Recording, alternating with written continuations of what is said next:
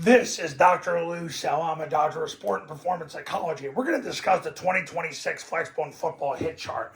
And this is very important so that you're able to attack every area of the field vertically, horizontally, and in between so that you have an holistic running game and pass attack. So let's begin. The number one play in the offense is the zone dive. The zone dive, which is the triple team. There's such a misconception of where this ball hits. The play hits between the tackle and the A-back. So the tackle is where the ball goes. So zone dive is an off-tackle run.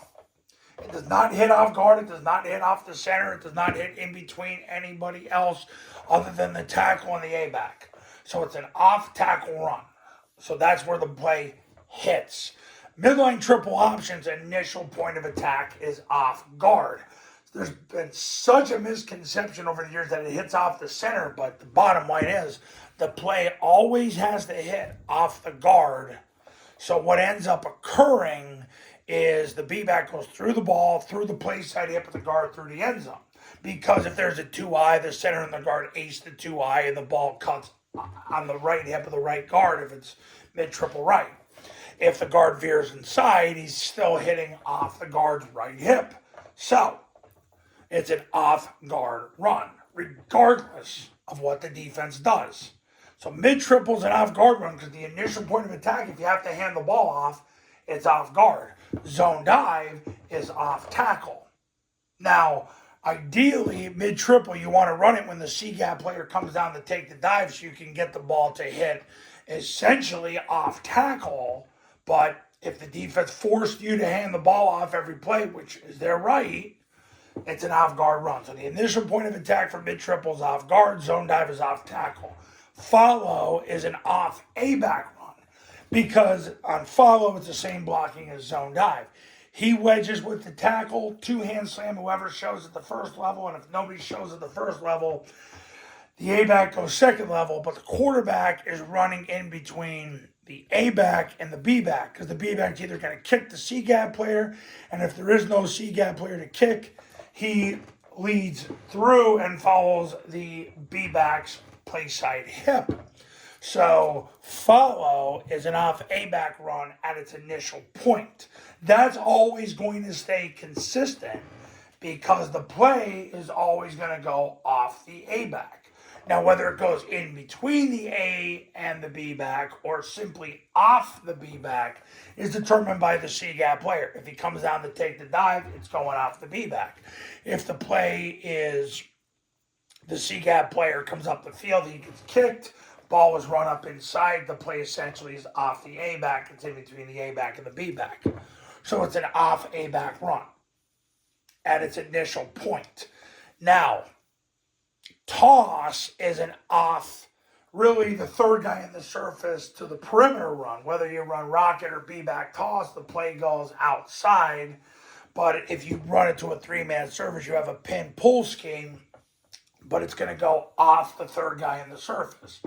So what you're doing, and then of course quarterback snake, which was run exceptionally more by Army and Air Force, that is an off-center run because it hits off the center. So you've got a holistic running game. Sneak goes off the center. Mid-triple's initial point is off the guard.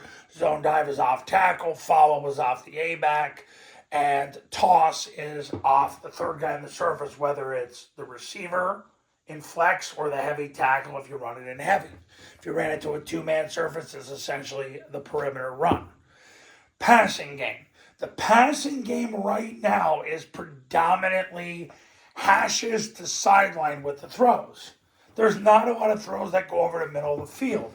Sometimes on switch, when you put the receiver out wide and he runs a skinny, sometimes the ball gets thrown a little too far and it looks like it's a middle of the field throw, but essentially it's meant to be thrown really between the numbers and the hash. There could be variables in that if it's done to the wide side of the field, but vert and switch really is thrown near the hash. Boot is thrown to the sideline as the initial point of attack is a corner route thrown at the sideline. Now, if you want to run boot back, or you fake the toss, boot around, and throw the backside post, that would be your middle of the field throw. And I advocate that as your middle of the field throw, because then you don't have to change anything. You just throw the backside post, and if the post safety gets over the top of it, you would throw the drag to the A-back. And that really becomes your middle of the field throw. Is you fake whether you fake B-back toss, which is the preferred way of Army and Air Force. He reverses out, comes around, sets up, throws the post. Post safety gets over the top of it, you're throwing the drag. Generally, that would be your best backside throw. So, that's the hit chart for 2026 based on Army and Air Force's 2025 data. This hit chart is what's going to help you have a holistic running game, holistic throwing game, and gives you the answers that you need, because the answers that you need is you want to make the zone dive work. But if you don't get 4 yards on it, it comes down to what the C-gap player does. First player from a 4 technique to an 8 technique. If that player comes down to take the dive, you run midline triple option. If that player comes up the field, you're going to run the follow. If they blitz, you run the toss. So you have yourself an holistic running game. The throwing game, essentially, if you want to attack the corner, you throw the boot. If you want to attack the split safety, you're going to put the receivers out wide and throw a switch. If you are going to attack the post safety, you're going to run vert. Boot is another way to attack the post safety, because if he flies up, you boot, set up, throw it backside as well. So you have yourself an holistic Flexbone offense for 2026. That's why this video is done. Okay, 2026 Triple Option Football Academy camps. They're in person. They're at your school with you, me, your players, your coaches, your program. $29.97 to $39.97, depending on your geographic region. If you do the camp, you get the online academy for free. If you just do the online academy, it's $9.97. The Triple Option Football Academy, you get the 2026 three-step clinic, all based on Army and Air Force's current data, what they've done the last 30 games.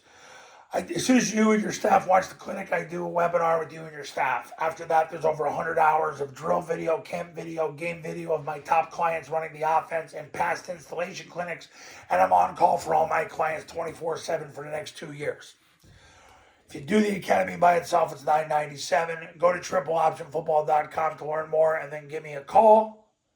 I had 3 state champions in 2025, Oak Hall, Florida, Fort Sumner, New Mexico, and Scobie, Montana. And I'll see you in the next video.